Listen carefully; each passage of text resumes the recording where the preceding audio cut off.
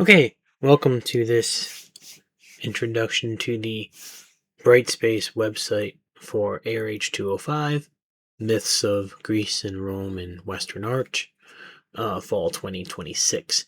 This is the uh, course number 4930 website, but the 4931 section is the same. It's just they have different lecture video days. So the layout of the website is the same. I am looking at this in the student view, so this is exactly the same view that you will have when you log in to Brightspace. First of all, there is a quick navigation panel on the side. This is the loading page. Any announcements I make, I post, and they will show up on this front page here. You can use these quick links, but I strongly recommend you get used to using the links up here because this is more robust on the top with the purple banner here. Course home, that's where we are now. Announcements, I haven't posted any, but this will take you to an announcements page. The one that you need to get familiar with is content. Now, all of these folders here are in the content page.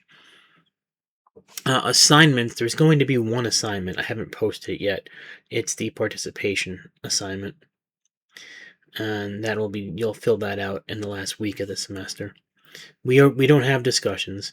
We do have quizzes, so that's where you'll find your homework quizzes.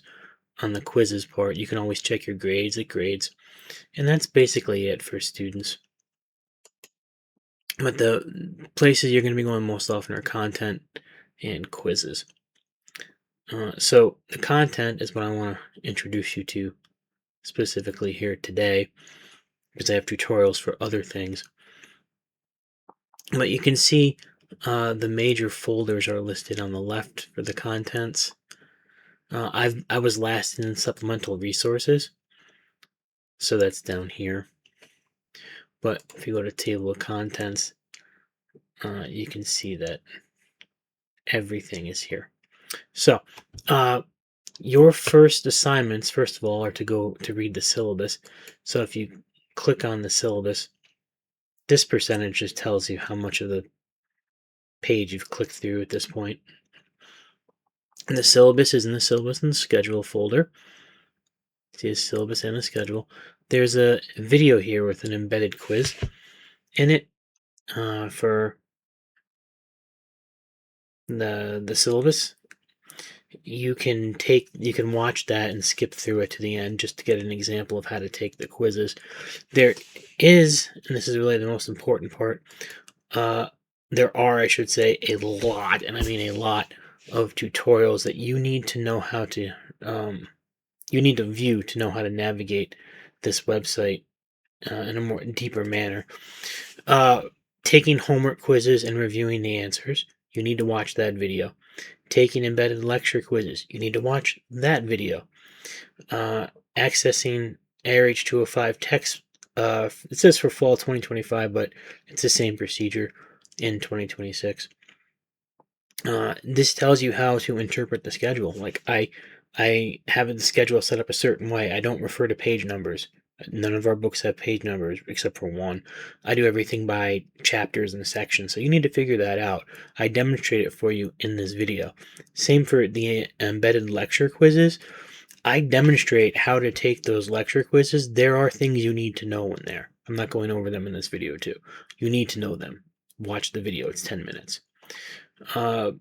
Interpreting the schedule, as I said, I go over how to interpret the schedule, how to access the readings. Those are vital skills that you need to do on your own. We only meet once a week, but in person, but these are things you need to do multiple times per week on your own. I do also have strongly recommended packets on participation and taking notes. I'm not requiring you to read these, but if you want to do well in the course, you will. They're not long. They're only a couple of pages. This is one page of advice. Participation training. This takes all of about 10 minutes tops to get through. You take a little quiz, but then it gives you really, really good advice after the quiz. So you should go through all of this. If you don't, it's on you. But that information is there. That's all the tutorials and guides. I expect everybody to go through the tutorials and guides folder completely. Your lecture videos. This folder is empty now, but in this section of 4930, we meet on Tuesdays. So your lecture videos, what amount to your lectures for Thursdays, will appear here. Likewise, in the other section, 4931, who meet on Thursdays, their Tuesday lectures are posted in the lecture videos folder. That's where you go to get your lectures. Those lecture videos are only there from, if you meet on Tuesdays, they're only there from Tuesday to Thursday. If you meet on Thursday, they're there from Thursday to the next Tuesday, so it's a longer time. But they're always going to disappear before the next class meeting. So, before the next either Tuesday or Thursday. It's not a week, it's the next class meeting. Remember, classes, technically this class meets Tuesday and Thursday, even though we only meet in person once. So, a lecture video is there from Tuesday to Thursday for one class, and there from Thursday to Tuesday for the other class. Now, I've created some folders here. This is specific to the Tuesday class. The dates are specific to the Tuesday class. So I've given you some work to do for 825. This is part of your homework. These are readings that are not in your textbook, and they include a PDF on Greek painting. It's like 2 pages. Oh, 4 pages, sorry. But really 3 pages and a couple of paragraphs, a reference page. And then examples, black figure, a couple of pages on black figure. This is really short. Less than 2 pages. Less than 2 pages on red figure. Okay. And that's that. I will post a video on painting. I also have a video for sculpture here. Those videos are long. They're like 40 minutes and an hour or something. And those are homework assignments. The first week you have 2 videos that are specifically for homework. They're not just lectures. That's to get you through the painting and the video, the sculpture, and you have regularly assigned readings in your textbook. So, and those assignments, though, are not due until September 1st. That's when we're getting our first graded assignment, and it's going to include information from them. So you can see I put the dates that they're due, though. So on Greek painting, you should do, it's there for you for August 25th. That's the first day of classes. The Approaches to Myth PDF and the Greek sculpture, and the video is not posted yet, but the Greek sculpture video and PDF are in this folder, technically due on the 27th, but really they're not going to be due until the week after that, when you take a quiz on them. And the quiz is a homework quiz. Apollo speech, again, that's a supplemental reading that you'll be doing all the way in November, the day before vacation. So it's just a literally 54 page, 30 line text that I've even given you notes on. And the other pages to this are just different translations of the same excerpt. So it's literally 1 page in addition to your regularly assigned readings. So that's what pretty much goes into the website. The contents. I have a section down here. This is a huge section called Supplemental Resources. This is gigantic. As you can see, there are multiple folders inside of it. I have the entire Iliad in audio. You can listen to an introduction to it, and then the entire Iliad book by book or chapter by chapter. You can listen to it, load more. All 24 books are on there in audio format for you to listen to. What else do we have? The Clash of the Gods series. This is a good History Channel documentary on Zeus. Hercules, that's Heracles. Hades is actually Demeter and Persephone in Hades. The Minotaur is on Theseus. The Medusa is on Perseus. And then there are 2 episodes dealing with Odysseus and the Odyssey.